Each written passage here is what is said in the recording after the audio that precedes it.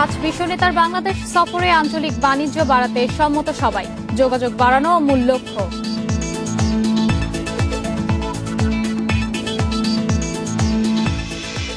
শেখ হাসিনা নরেন্দ্র মোদী বৈঠকে সই হতে পারে 5 সমঝোতা স্মারক, 4 প্রকল্প উদ্বোধনের সম্ভাবনা।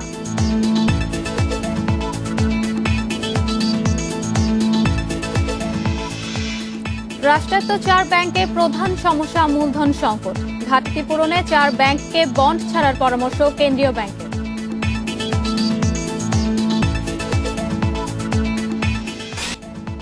আমন্ত্রণ অর্থনীতি সারাদিনের সাথে আছে আমি ইশরাত সুমন। শুনছিলেন শিরোনাম, জানাবো বিস্তারিত সংবাদ।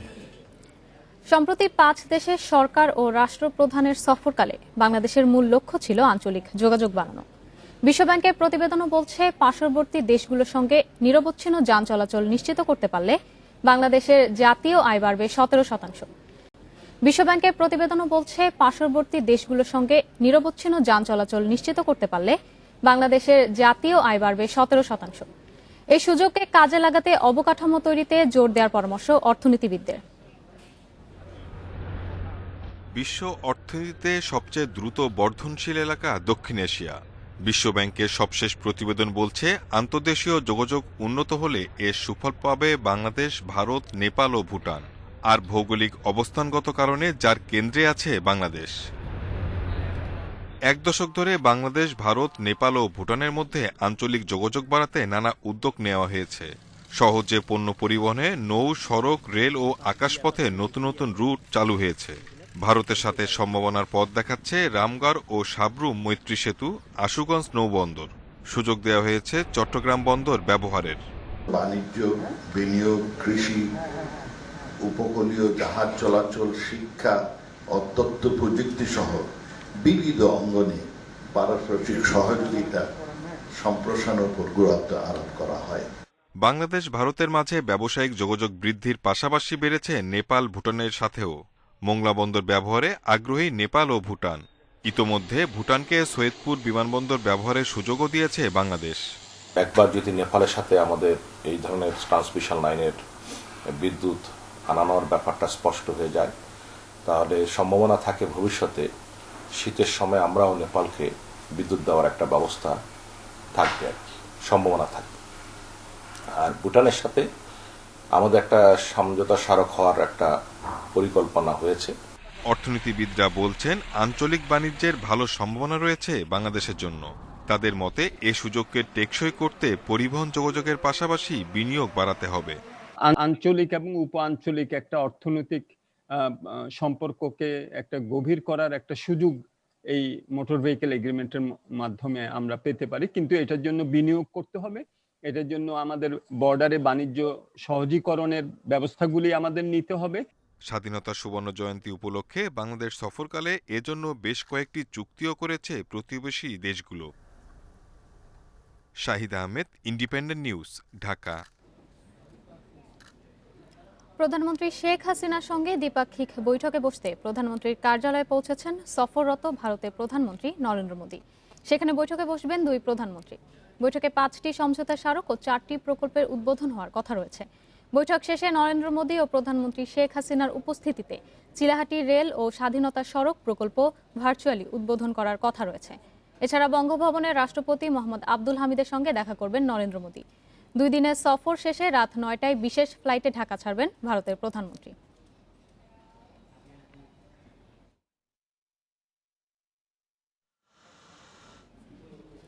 রাষ্ট্রায়ত্ত ব্যাংকগুলোর খেলাপি ঋণ, মূলধন ঘাটতি এবং লোকসানি শাখা কমিয়ে আনার পরামর্শ দিয়েছে কেন্দ্রীয় ব্যাংক। সম্প্রতি রাষ্ট্রায়ত্ত 4 ব্যাংকের সঙ্গে বাংলাদেশ ব্যাংকের এক বিশেষ বৈঠকে এ পরামর্শ দেওয়া হয়। বিগত বছরে ব্যাংক 4টির অর্জন এবং ভবিষ্যৎ পরিকল্পনা সম্পর্কে বিস্তারিত আলোচনা হয় বৈঠকে। রাষ্ট্রায়ত্ত জনতা, সোনালী, অগ্রণী ও রূপালী ব্যাংকের প্রধান সমস্যা মূলধন সংকট। অন্যান্য আর্থিক সূচকের চেয়ে এটি প্রধান সমস্যা বলে জানান বৈঠকে উপস্থিত ব্যাংক কর্মকর্তারা।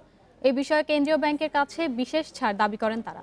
এ সময় বন্ড ছেড়ে ঘাটতি পূরণের জন্য রাষ্ট্রায়ত্ত ব্যাংকগুলোকে পরামর্শ দেয় বাংলাদেশ ব্যাংক। বৈঠকে সভাপতিত্ব করেন বাংলাদেশ ব্যাংকের গভর্নর ফজলে কবির।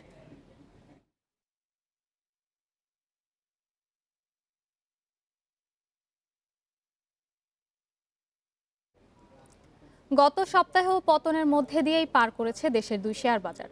সব সূচকের পাশাপাশি ঢাকা স্টক এক্সচেঞ্জে কমেছে লেনদেনে অংশ নেওয়া 59 প্রতিষ্ঠানের শেয়ার দর। তবে টাকার পরিমাণে লেনদেন বেড়েছে।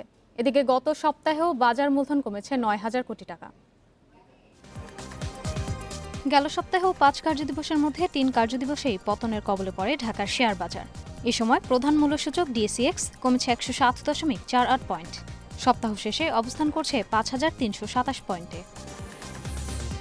তবে সপ্তাহ জুড়ে লেনদেন বাড়লেও কমেছে বাজার মূলধন। গেল সপ্তাহে লেনদেন হয়েছে 3,008 কোটি 84 লাখ টাকা শেয়ার, যা আগের সপ্তাহ থেকে 381 কোটি টাকা বেশি। এছাড়া সপ্তাহ জুড়ে বাজার মূলধন কমেছে 9,000 কোটি টাকা। গত সপ্তাহে ডিএসইতে লেনদেন হওয়া 373টি কোম্পানি ও মিউচুয়াল ফান্ডের মধ্যে দর বেড়েছে মাত্র 53টির, কমেছে 221টির এবং অপরিবর্তিত রয়েছে 94টির। বিদায়ী সপ্তাহে লেনদেনের শীর্ষে অবস্থান ছিল বেক্সিমকোর, দ্বিতীয় বেক্সিমকো ফার্মাসিউটিক্যালস এবং তৃতীয় রবিয়াজিয়াটা। শতাংশের দিক থেকে দর বৃদ্ধি তালিকার শীর্ষে উঠে এসেছে নিটল ইন্স্যুরেন্স, দ্বিতীয় এশিয়া প্যাসিফিক জেনারেল ইন্স্যুরেন্স এবং তৃতীয় অবস্থানে প্রিমিয়ার লিজিং। অন্যদিকে গেল সপ্তাহে চট্টগ্রাম স্টক এক্সচেঞ্জে সার্বিক সূচক কমেছে 326 পয়েন্ট। লেনদেন হয়েছে 285 কোটি 79 লাখ টাকা। ফলে সপ্তাহের ব্যবধানে লেনদেন বেড়েছে 169 কোটি টাকা। Ishrat Suma, Independent news. Corona সংকট মোকাবিলা ও দেশে অন্তর্ভুক্তিমূলক কর্মসংস্থান তৈরিতে $25 কোটি ঋণ সহায়তা দেবে বিশ্বব্যাংক। শুক্রবার এক সংবাদ বিজ্ঞপ্তিতে এই ঋণ অনুমোদনের বিষয়টি জানায় সংস্থাটি। বিজ্ঞপ্তিতে জানানো হয়, দ্রুত করোনার ক্ষতি কাটিয়ে উঠতে এই ঋণ সহায়তা দেওয়া হয়েছে। এ বিষয়ে বাংলাদেশ ও ভুটানের বিশ্ব ব্যাংকের কান্ট্রি ডিরেক্টর মার্সি টেম্বন বলেন, কর্মসংস্থান সৃষ্টি করা বাংলাদেশের উন্নয়ন কার্যক্রমের অন্যতম লক্ষ্য। বিগত বছরগুলোতে বাংলাদেশের গতিশীল অর্থনৈতিক প্রবৃদ্ধি হলেও কর্মসংস্থান সৃষ্টি বাধাগ্রস্ত হয়েছে। এই অর্থায়ন বাংলাদেশকে নতুন কর্মসংস্থান তৈরিতে সাহায্য করবে। আনুষ্ঠানিক এবং অনানুষ্ঠানিক খাতে যারা করোনায় ক্ষতিগ্রস্ত হয়েছে তাদেরও ঘুরে দাঁড়াতে সহায়তা করবে।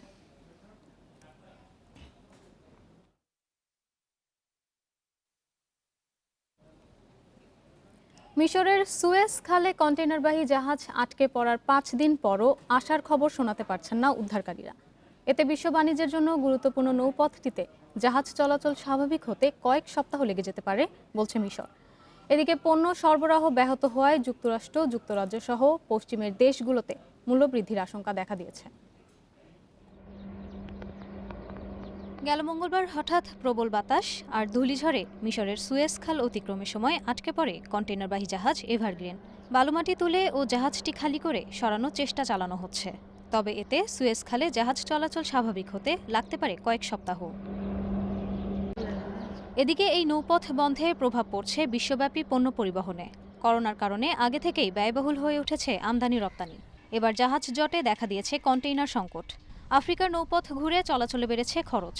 নৌজটের কারণে প্রতি ঘন্টায় প্রায় $400 মিলিয়ন ক্ষতি হচ্ছে বলে দাবি মিশরের। সরবরাহ ঘাটতির কারণে যুক্তরাষ্ট্রের বাজারে মূল্যবৃদ্ধির আশঙ্কা দেখা দিয়েছে। পশ্চিমা বিশ্বের সঙ্গে পূর্বের দেশগুলোর ব্যবসা ব্যাপকভাবে বাধাগ্রস্ত হচ্ছে। অন্যদিকে ব্রেক্সিটের কারণে আগে থেকেই যুক্তরাজ্যের বাজারে সংকট। এর মধ্যে সুয়েজ খালে জাহাজ জটে তা আরও বাড়ছে। পণ্য সরবরাহ ব্যাহত হওয়ায় দ্বিগুণ মূল্যবৃদ্ধির আশঙ্কা ব্যবসায়ী ও গ্রাহকদের। আমাদের আশঙ্কা তেলের বাজারের চেয়ে তেলবাহী জাহাজের সংকটই বেশি হবে। দীর্ঘ সময় জাহাজগুলো আটকে থাকায় এবং অন্য পথে ঘুরে আসায় সময় বেশি লাগছে। এতে জাহাজের ভাড়া ও বাজারে তেলের দাম বেড়ে যাচ্ছে। বৈশ্বিক পণ্য বাণিজ্যের 12% পরিবহন করা হয় সুয়েজ খাল দিয়ে। এই নৌপথে চলাচলে এশিয়া ও ইউরোপের দূরত্ব অনেক কমে যায়। এতে পণ্য পরিবহনে খরচও তুলনামূলক কম। Ishrat Suma, Independent news.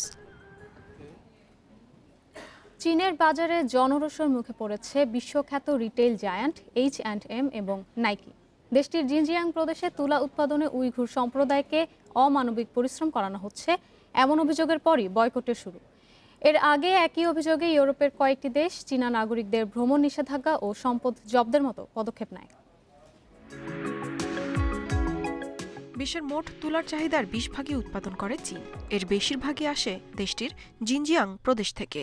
কিন্তু যুক্তরাষ্ট্র সহ আন্তর্জাতিক সম্প্রদায়ের অভিযোগ, সেখানে 10 লাখেরও বেশি উইঘুর সম্প্রদায়ের লোকজনকে বিনা বিচারে আটকে রাখা হয়েছে। মানবাধিকার গ্রুপগুলোর দাবি, বাধ্যতামূলক শ্রমে নিয়োজিত করা হয়েছে তাদের। চীনের সংখ্যালঘু মুসলিম সম্প্রদায়ের উপর নির্যাতনে উদ্বেগ জানিয়েছে বিশ্ববিখ্যাত ব্র্যান্ড নাইকি ও H&M। তাদের দাবি, জিনজিয়াং প্রদেশে তুলা তুলতে উইঘুরদের বাধ্য করা হচ্ছে। এ কারণে সেখান থেকে কোনো পণ্য কিনছে না প্রতিষ্ঠান দুটো। এর কয়েকদিনের মাথায় চীনা ক্রেতাদের ক্ষোভের মুখে পড়েছে ব্র্যান্ড দুটো। সাধারণ ক্রেতাদের পাশাপাশি পণ্য বয়কট করেছে চীনা সেলিব্রিটি ও ই-কমার্স প্ল্যাটফর্মগুলো। আগুনে ঘি ঢালে দেশটির কমিউনিস্ট পার্টির এক তরুণ নেতার সামাজিক যোগাযোগ মাধ্যমে করা পোস্ট। তিনি লিখেন, গুজব রটিয়ে নাইকি ও H&M জিনজিয়াং থেকে তুলা বয়কট করেছে, আবার ঠিকই চীনের বাজারে পণ্য বিক্রি করে মুনাফা করছে। সবশেষ তথ্য অনুযায়ী চীনা ই-কমার্সগুলো H&M এর পণ্য বিক্রি বন্ধ করে দিয়েছে। ইফা তারা, ইন্ডিপেন্ডেন্ট নিউজ। সংবাদ শেষ করার আগে শিরোনামগুলো জানাবো আরও একবার। 5 বিশ্ব নেতার বাংলাদেশ সফরে আঞ্চলিক বাণিজ্য বাড়াতে সম্মত সবাই, যোগাযোগ বাড়ানো মূল লক্ষ্য।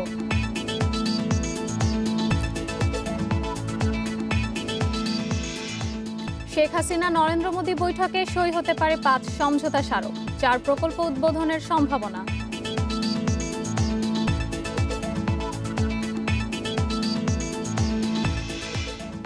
রাষ্ট্রায়ত্ত 4 ব্যাংকের প্রধান সমস্যা মূলধন সংকট, ঘাটতি পূরণে 4 ব্যাংককে বন্ড ছাড়ার পরামর্শ কেন্দ্রীয় ব্যাংকের।